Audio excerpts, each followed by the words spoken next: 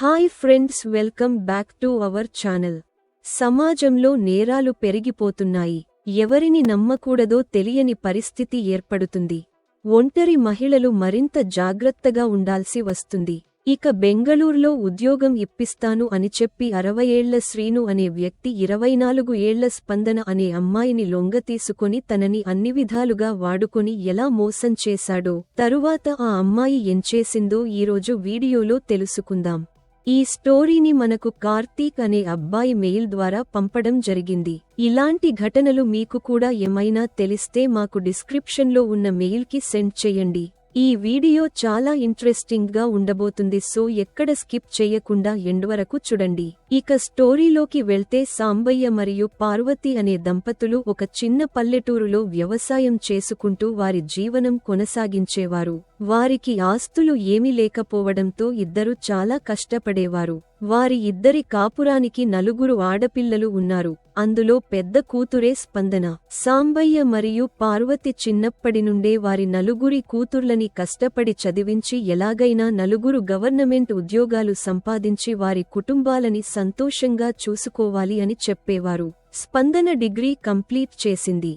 తనకి ఇంకా పై చదువులు చదవాలి అని ఉన్నా కూడా తన తండ్రి ఆర్థిక పరిస్థితి అర్థం చేసుకుని డిగ్రీతోనే ఆపేసింది. దాంతో సాంబయ్య స్పందనని గవర్నమెంట్ ఎగ్జామ్స్కి ప్రిపేర్ అవ్వమని చెప్పడం జరిగింది. అప్పటి నుండి స్పందన ఇంట్లోనే ఉంటూ ఇంటి పనులు చేసుకుంటూ ఎగ్జామ్స్కి ప్రిపేర్ అవుతూ ఉండేది. అప్పటి వరకు బానే ఉన్న సాంబయ్య ఒక్కసారిగా అనారోగ్యం పాలవ్వడంతో వ్యవసాయం చెయ్యలేకపోయాడు. అప్పటి నుండి పార్వతి ఒక్కతే పనికి వెళ్లి డబ్బులు తీసుకొచ్చేది. తను ఒక్కతే కష్టపడడంతో ఆర్థిక పరిస్థితి ఇంకా దారుణంగా మారింది.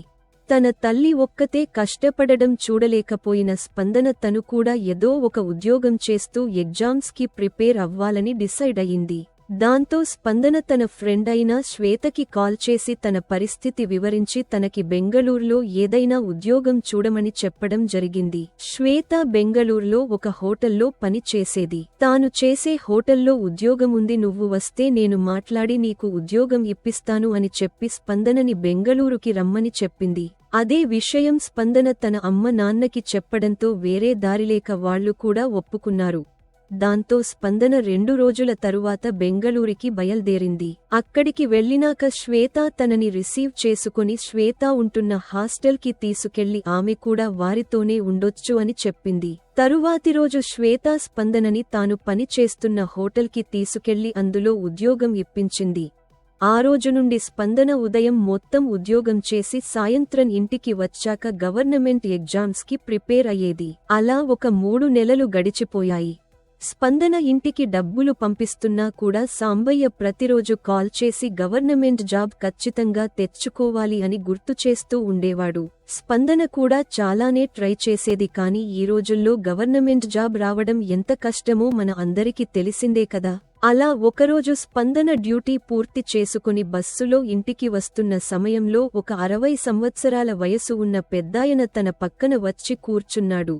స్పందన కిటికీ వైపు చూస్తూ ఏదో బాధతో ఆలోచించడం అతను గమనించాడు. కాసేపయ్యాక స్పందనకి ఉన్న బ్యాగ్ జారి కింద పడిపోయింది.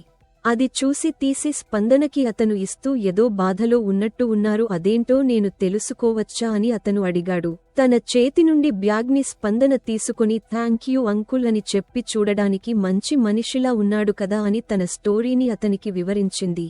అది విన్న అతను, ఈ మాత్రం దానికి ఇంతలా బాధపడాలా, నీకు గవర్నమెంట్ జాబే కదా కావాల్సింది.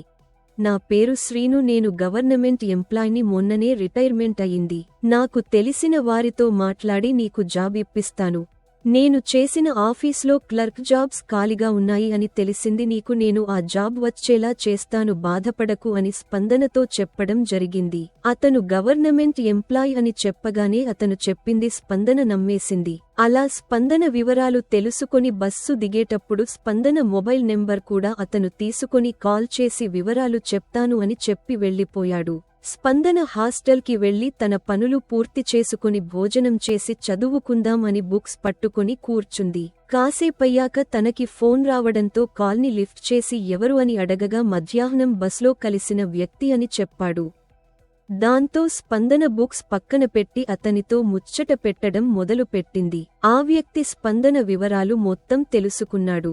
తరువాత స్పందన కూడా అతని గురించి అడగగా అతనికి ఎవరు లేరు అని, అతని భార్య 2 సంవత్సరాల ముందు అనారోగ్యంతో చనిపోయింది అని, అతనికి పిల్లలు కాలేదు అని చెప్పడంతో అతనిపై జాలి కలిగిన స్పందన ఆ రోజు నుండి అతను ఎప్పుడు కాల్ చేసినా కూడా గంటలు గంటలు మాట్లాడేది. ఆ వ్యక్తి దగ్గర చాలా డబ్బులు ఉండడంతో స్పందనని పెద్ద పెద్ద రెస్టారెంట్స్ కి, సినిమాలకి తీసుకెళ్లేవారు. అప్పటివరకు అలాంటి ప్లేసెస్ కి స్పందన వెళ్లకపోవడంతో తనకి అవి బాగా నచ్చాయి.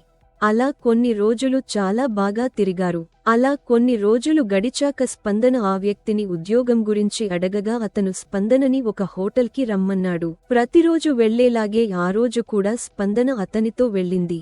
అక్కడికి వెళ్ళినాక ఆ వ్యక్తి స్పందనతో ఉద్యోగం గురించి మాట్లాడాను, కానీ ఉద్యోగం రావడం అంత ఈజీ కాదు, మనం వారికి ఏదో ఒకటి చెయ్యాల్సి ఉంటుంది, వారు అడిగినంత ఇవ్వాల్సి ఉంటుంది అని చెప్పడం జరిగింది. ఆ మాటలు విన్న స్పందన నా దగ్గర డబ్బులు లేవు అని నీకు తెలుసు కదా అని బాధతో చెప్పింది. అదే అలుసుగా తీసుకున్న ఆ వ్యక్తి స్పందన చేతులు పట్టుకొని నీ దగ్గర డబ్బులు లేకపోయినా పర్లేదు, డబ్బుల విషయం నేను చూసుకుంటాను, కానీ నాకు నువ్వు ఒక పని చేసి పెట్టాలి అని అడిగాడు.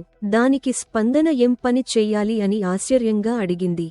దాంతో ఆ వ్యక్తి స్పందనని తనతో ఒక రాత్రి గడిపితే డబ్బుల విషయం మొత్తం నేను చూసుకుంటాను అని చెప్పాడు. అది విన్న స్పందన కోపంతో అక్కడి నుండి లేచి, నువ్వు ఇలాంటోడివి అనుకోలేదు, నీకు నువ్వు మాట్లాడే మాటలకి సంబంధం ఉందా అంటూ తిట్టుకుంటూ బయటికి వెళ్లిపోయింది. ఆ రోజు రాత్రి అవ్వగానే స్పందన రూంలో ఇవి అన్ని అవసరం లేదు, మంచిగా చదువుకొని జాబ్ తెచ్చుకుంటాను అని బుక్స్ ముందు పెట్టుకొని ఆలోచిస్తూ కూర్చుంది. ఆ వ్యక్తి స్పందనకి కాల్స్ మీద కాల్స్ చేస్తున్నాడు. దాంతో స్పందన అతని నంబర్ బ్లాక్ చేసింది. కాసేపయ్యాక స్పందన వాళ్ల నాన్న కాల్ చేసి ఏమైంది అమ్మ, ఉద్యోగం ఎప్పుడు వస్తుంది అని అడగడంతో ప్రతిరోజు తన నాన్నకి ఏం సమాధానం చెప్పాలో అర్థం కాని స్పందన కోపంతో కాల్ కట్ చేసింది. కాసేపయ్యాక ఆలోచనలో పడిన స్పందన తన జీవితంలో ఒక రాత్రి తనది కాదు అనుకుంటే తనకి గవర్నమెంట్ జాబ్ వస్తుంది అని ఆలోచించి ఆ వ్యక్తికి కాల్ చేసింది. స్పందన నుండి కాల్ రావడంతో ఆ వ్యక్తి ఎగిరి గంతులు వేశాడు. స్పందన అతనితో కేవలం ఒకరోజు మాత్రమే గడుపుతాను అని చెప్పడంతో అతను దానికి ఒప్పుకొని వెంటనే ఒక హోటల్ రూంకి రమ్మన్నాడు. స్పందన మంచిగా రెడీ అయి అతని దగ్గరికి వెళ్ళింది. అక్కడికి వెళ్లగానే ఆ వ్యక్తి స్పందనపై పడి ఇన్ని రోజుల కోరికలు అన్నీ తీర్చుకున్నాడు. తెల్లారి స్పందన లేచి తన రూంకి వచ్చేసింది. అలా ఒక్కరోజు మాత్రమే గడుపుతా అని చెప్పిన స్పందన అది మర్చిపోయి అతను పిలిచినప్పుడల్లా రూంకి వెళ్లేది. అలా కొన్ని నెలలు గడిచాక స్పందన నెల తప్పింది. అదే విషయం ఆ వ్యక్తికి చెప్పడంతో అతను స్పందనని ఆ బిడ్డని కరిగించమని చెప్పడంతో కోపంతో అతనిని ఉద్యోగం ఇప్పిస్తాను అని చెప్పి నన్ను వాడుకొని ఇప్పుడు కడుపు వచ్చాక దాన్ని తీయమంటావా, ఫస్ట్ నాకు ఉద్యోగం ఇప్పించు అని నిలదీసింది. అదే సమయంలో ఆ వ్యక్తి తన మొబైల్ బయటికి తీసి ఒక వీడియో చూపించాడు. ఆ వీడియోలో వారు ఇద్దరు గడిపిన సమయం మొత్తం రికార్డు చేసి ఉంది. అది చూసిన స్పందన షాక్కి గురైంది. లొల్లి చేస్తే ఆ వీడియోని అందరికి చూపిస్తాను, నీ పరువు పోతుంది అని ఆ వ్యక్తి స్పందనని బెదిరించాడు. దాంతో ఏం చెయ్యాలో తెలియక స్పందన అక్కడి నుండి వెళ్లిపోయింది. ట్రాప్లో చిక్కుకుంది అని తెలుసుకున్న స్పందన అతనిపై పగ తీర్చుకోవాలి అనుకుంది. 2 రోజుల తరువాత అతనిపై పోలీస్ కంప్లైంట్ ఇచ్చింది. దాంతో ఆ విషయం అందరికి తెలిసి స్పందన తల్లిదండ్రులు చాలా బాధపడ్డారు.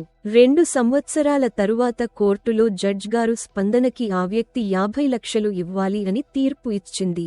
దాంతో ఆ వ్యక్తి ఆ డబ్బులు కట్టక తప్పలేదు. 10 నిమిషాల సుఖం కోసం తను సంపాదించిన డబ్బులు మొత్తం స్పందనకి ఇవ్వడం జరిగింది. జీవితంలో షార్ట్ కట్స్ వెతికితే చివరికి మోసం మరియు నష్టం మాత్రమే మిగులుతుంది. నిజాయితీగా కష్టపడి సాధించిన విజయమే శాశ్వతంగా నిలుస్తుంది. ఉద్యోగాలు ఇప్పిస్తాము అని చెప్పే ఎవరిని పడితే వారిని నమ్మకండి. సో ఈ స్టోరీ విన్నాక ఇందులో ఎవరిది తప్పు అని మీరు అనుకుంటున్నారో కింద కామెంట్ చెయ్యండి. మన సమాజంలో రోజురోజుకి మానవత్వం మంటకలిసిపోతుంది. ఇలాంటి స్టోరీస్ విన్నప్పుడు అయినా కనీసం కొంతమంది ప్రజలు మారుతారు అని మా ఉద్దేశం. ఈ వీడియో మీద మీ అభిప్రాయం కామెంట్ సెక్షన్లో తెలపండి. ఈ వీడియో నచ్చితే మీ ఫ్రెండ్స్ అండ్ ఫ్యామిలీ మెంబర్స్కి షేర్ చెయ్యండి. ఇలాంటి వీడియోస్ ఇంకా కావాలి అనుకుంటే వెంటనే మన ఛానల్ని సబ్స్క్రైబ్ చేయడం మర్చిపోకండి. మరో వీడియోతో రేపు కలుద్దాం.